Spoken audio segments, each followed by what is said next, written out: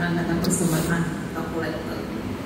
Nah, pengertian persembahan dalam perjanjian lama, kata persembahan itu mengacu pada persembahan-persembahan lain selain persepuluhan. Kalau kita baca di dalam kitab Ulangan pasal 12 ayatnya yang ke-6, dikatakan di sana begini: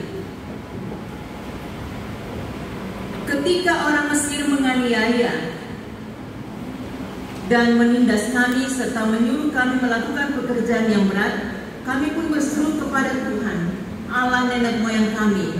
Tuhan mendengar suara kami dan melihat penindasan dan kesukaran kami. Saya baca itu, 12 ayat 6. Ulangan pasal 12 ayat 6. Ya, dikatakan begini: kamu harus membawa ke sana kurban bakaran dan kurban sembelihanmu, persembahan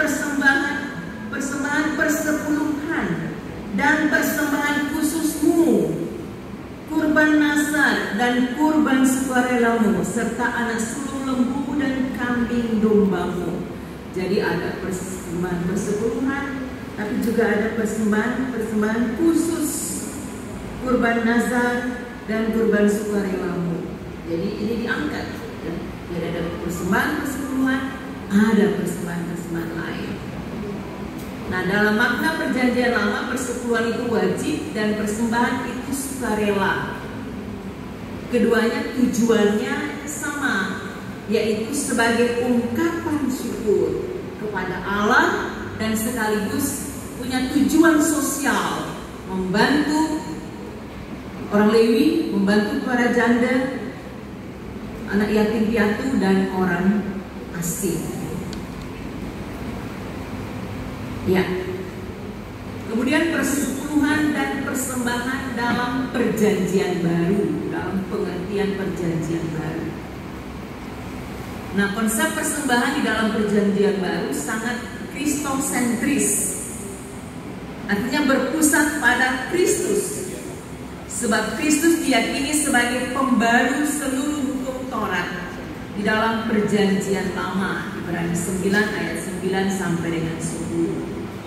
Nah, Paulus dia menekankan apapun pemberian kita harus dilakukan dalam sukacita dan rasa syukur, bukan karena paksaan, sebab Allah mengasihi orang yang memberi dengan sukacita.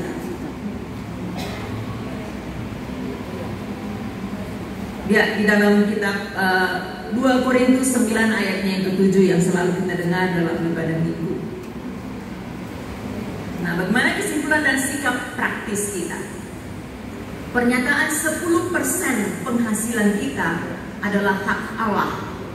Benar, namun disadari pula bahwa sebenarnya bukan 10% itu hak Allah, tapi 100% itu hak Allah yang Tuhan berikan kepada kita. Tuhan berikan 100% kepada kita. Kita hanya mengembalikan 10% dari apa yang Dia punya, bukan apa yang kita punya. Jadi jangan hitung-hitung dengan Tuhan. Dosa kita ketika kita menghitung dengan Tuhan. Kalau Tuhan hitung-hitung dengan kita, apa yang terjadi? Lewat kita. Jangan hitung-hitung sama dengan Tuhan, lewat memberi dengan sukacita. Jangan hitung-hitung. Lo hitung-hitung kayak Los Angeles. Oh, betul. Hitung-hitung kayak Los Angeles itu. Anak saya di Washington DC bilang, "Mama, aduh kasihan loh. Itu rumah-rumah apa? Rumah-rumah artis Hollywood yang bagus-bagus itu hangus terbakar." Ya. Dan ada mereka kirim video tentang itu ya, Globe, apa namanya, Golden Globe, di mana ketika mereka menang, ibu bukan menang, disuruh ngomong di sini, mereka mengatakan pertama-tama saya mengucapkan terima kasih kepada kru member, teman-teman yang membantu, kepada ibu saya. Tahun ini tidak ada yang menyebutkan bahwa bersyukur, berterima kasih kepada Tuhan. Tahun ini tidak ada yang mengucapkan terima kasih kepada Tuhan. Zero. Pada tahun 2023 masih ada yang mengatakan terima kasih kepada Tuhan yang telah menolong saya mendapatkan Golden Globe. Pada tahun ini tidak ada. Kalau dikatakan 2 hari kemudian habis. Mana si Niki ya, MC-nya mengatakan bahwa ini adalah city, godless city, artinya kota yang tidak terlalu menekankan tentang Tuhan. Tuhan tidak terlalu penting dalam kota itu. Akhirnya Tuhan hantam kota itu habis. Jadi jangan hitung-hitung dengan Tuhan. Lansia jangan hitung-hitung dengan Tuhan. Iya. Jadi kita lihat 100% itu Tuhan milik Tuhan yang diberikan kepada kita. Kita hanya kembalikan 10%, 90% Tuhan kasih kepada kita. Hidup untuk Tuhan, mati untuk Tuhan, semuanya milik Tuhan. Semuanya milik Tuhan. Kita pergi juga tidak bawa apa-apa. Ya nggak ada yang bawa apa-apa. Orang taruh Alkitab, padahal kita orang mati juga nggak baca Alkitab di dalam. Ya, jadi yang penting di sini adalah dikatakan bagaimana kita bertanggung jawab mengelola berkat yang ada untuk dipersembahkan bagi Tuhan. Bagaimana kita mengelola itu?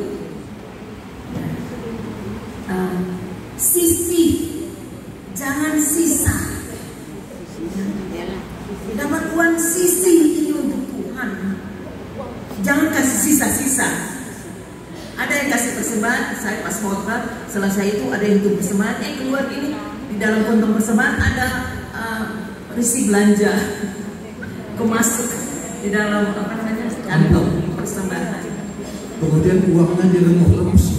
Iya, uangnya remus hanya 2.000. Jadi Tuhan kasih kita 100% sisi, jangan sisa, supaya Tuhan kasih berkat untuk kita juga 100%. Ya, yang berikut, orang percaya diingatkan untuk memberikan persepuluhan asal dengan tulus, diberikan dengan tulus, sukacita, dan disertai pemahaman yang benar, yaitu sebagai ucapan syukur dan komitmen pribadi kita kepada Tuhan. Jadi jangan kasih sepersepuluhan dengan paksa, dengan berat. Kalau tidak mampu sepersepuluh dengan berat, kasih dengan sukacita. Tadi Pak Sukarasida Lazarajima mengatakan beliau mengadakan ini sebagai sebuah bentuk persembahan persepuluhan bagi Tuhan oleh beliau. Beliau melakukannya dalam sukacita, dalam rasa syukur karena Tuhan telah memberkati, makanya dia boleh memberikannya kepada kita, pada Tuhan melalui kita. Yang berikut, kita memberi bukan supaya kita memperoleh berkat, tetapi kita memberi persembahan, baik itu persembahan kolekte maupun persepuluhan, karena kita telah diberkati. Jadi kita memberi bukan supaya diberkati, kita memberi karena kita sudah diberkati. Kita beri dari berkat yang Tuhan sudah berikan bagi kita, bukan kita beri supaya kita dapat berkat lagi dari Tuhan. He's always give us blessing. Ada lagu hujan berkat, berkat yang tercurah pada kita itu bagaikan hujan, shower of blessings turun kepada kita. berkat. Pegang berkat terus, saudara. Ya. Kemudian yang terakhir. Jadi persembahan persepuluhan atau persembahan kita itu semua adalah merupakan ungkapan syukur kita atas kasih Allah pada kita.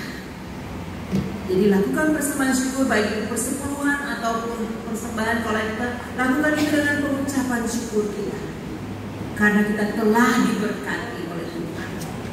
Lalu yang terakhir yang sangat penting bagi kita, semua yang ada pada kita termasuk uang adalah milik Allah. Kita hanya diberi hak pakai, bukan hak milik. Semua yang ada pada kita termasuk uang adalah milik Allah. Kita hanya diberi hak pakai selama kita hidup. Kita diberikan hak pakai selama mungkin 65 tahun, 75 tahun, 80 tahun, ada mungkin 100 tahun. Tuhan berikan hak pakai kepada kita, segala sesuatu hak pakai. Setelah itu kita kembali kepada Sang Pemilik kehidupan. Jadi apapun yang kita punya, bersyukurlah kepada Tuhan. Berikan apa yang Tuhan punya. Ya, saya pikir ini penjelasan saya dan mungkin ada tanya jawab. Oh,